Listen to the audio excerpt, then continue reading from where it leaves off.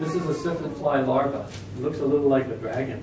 And that civet fly, which is there because you have buckwheat and composite flowers in the ecosystem, things like hardy marguerite.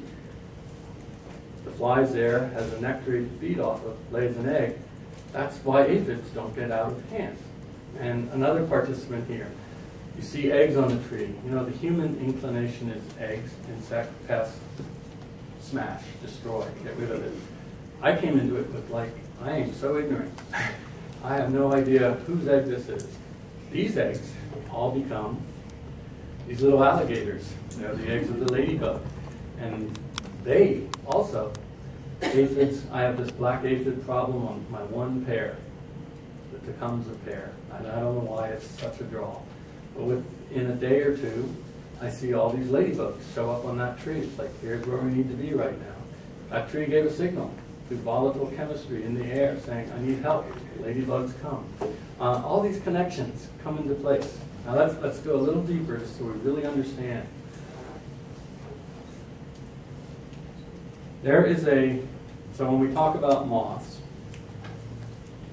there are surface feeders, and there's a certain way I deal with that. And then there are interior feeders, where the caterpillar actually goes into the fruit. So chief among those is the codling moth. Codling moth, and probably everyone here, if you're growing fruit, probably has a codling moth thing going on. Codling moth has a cousin called the oriental fruit moth. And when you're in a climate where you can grow peaches as well as apples, you very likely have oriental fruit moth. So oriental fruit moth stings the fruit, the egg might hatch, and the caterpillar goes in to chew into the seed cavity. Maybe the egg doesn't hatch, but there's a wound in the surface of the fruit. And when we talk about brown rot, and now I'm talking about the disease on peaches and cherries, like 2-3 days before you're expecting to harvest it, everything rots. Well, this is a vector for brown rot to go right through the cuticle to get into the fruit. So we need to make sure that oriental fruit moth doesn't get out of hand. There is a reconded wasp called Macrocentris, which can get approximately 85–90% of oriental fruit moth. And they're getting the larva. They're parasitizing the larva. They're not just there because you hope. They're there because you manage the ecosystem appropriately. And that requires that we have to think about that species, that reconded wasp, from a broader perspective throughout the year. So in summer, there's oriental fruit moth available as a food resource. But there's no food supply in spring, there's no food supply in fall. If you're growing strawberries, and wild strawberries qualify, they have a moth pest called the strawberry leaf roller. That's a food resource for this reconded. It wakes up in spring, something to eat, before the job that you want it to do. If you grow sunflowers in the orchard vicinity, in the fall, late summer, early fall, that attracts the sunflower moth. That is a food resource for this little reconded wasp. And not only that, but the sunflower stalks themselves become a place to overwinter. So now again, we have to get rid of that German tendency to make everything really neat, and let the stalks just be there. Let the chickadees eat the seeds. Know that the Macrocentris has a home for the winter.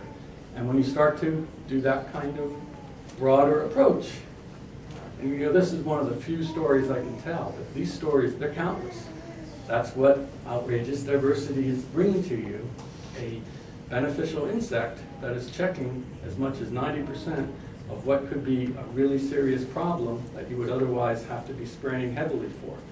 When it's only 10%, that's a whole different story than when it's whatever. Even writers take a break, and I'm standing up here speaking in this. Japanese beetle, is that a favorite pest? Probably, yes. Japanese beetle has a few different parasites that work it. So if you ever see a Japanese beetle with white eggs on the back of its thorax, you never ever trap that beetle. You always let them go, because those white eggs hatch and the larva bore into the brain of the beetle. There's a lot of karma being injected. Those are the eggs of the winsome fly. there's a species of wasp called Typhia. And Typhia can actually sense where the grubs of Japanese beetle are in the soil. You get more Typhia by virtue of being near a forest place where things like tulip popper or maple and cherry are growing, but also by planting peonies. A lot of gardeners like peonies. But these are the types of connections that you build upon so that it's not such a huge roar of what you're facing.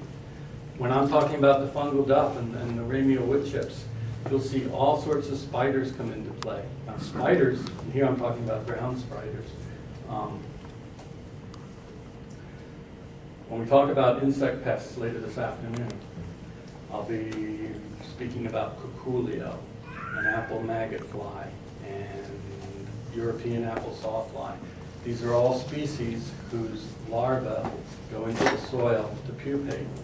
And when I have spiders and ground beetles and ants and that whole leg of the diversity scene, because I've created a diverse habitat under my trees, a lot of that gets intercepted.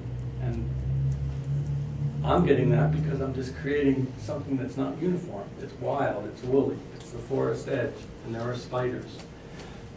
Little tree frogs. This is an interesting story. Reveals a lot about Quebec researchers. Back in the 80s, 90s, Charles Vincent and company wanted to figure out where cuculio, which is a weevil-like bug and probably #1 culprit that we have to deal with in growing fruit in New England, where plum cuculio overwintered. Because no one really knew. Some springs it would show up really early, some springs it would show up really late. And it turned out that there was a way to trap the cuculio, the movement. And what they did was they put radioactive isotopes on the backs of these little bugs. And then they went out with Geiger counters all through the season to find where they were. Then we learned they overwintered often towards the southwest, where the sun sets in late summer, and that dynamic comes into play when I talk about orchard architecture. But they also found it was a really great way to find toads and little frogs, because they're a prime eater of these little beetles.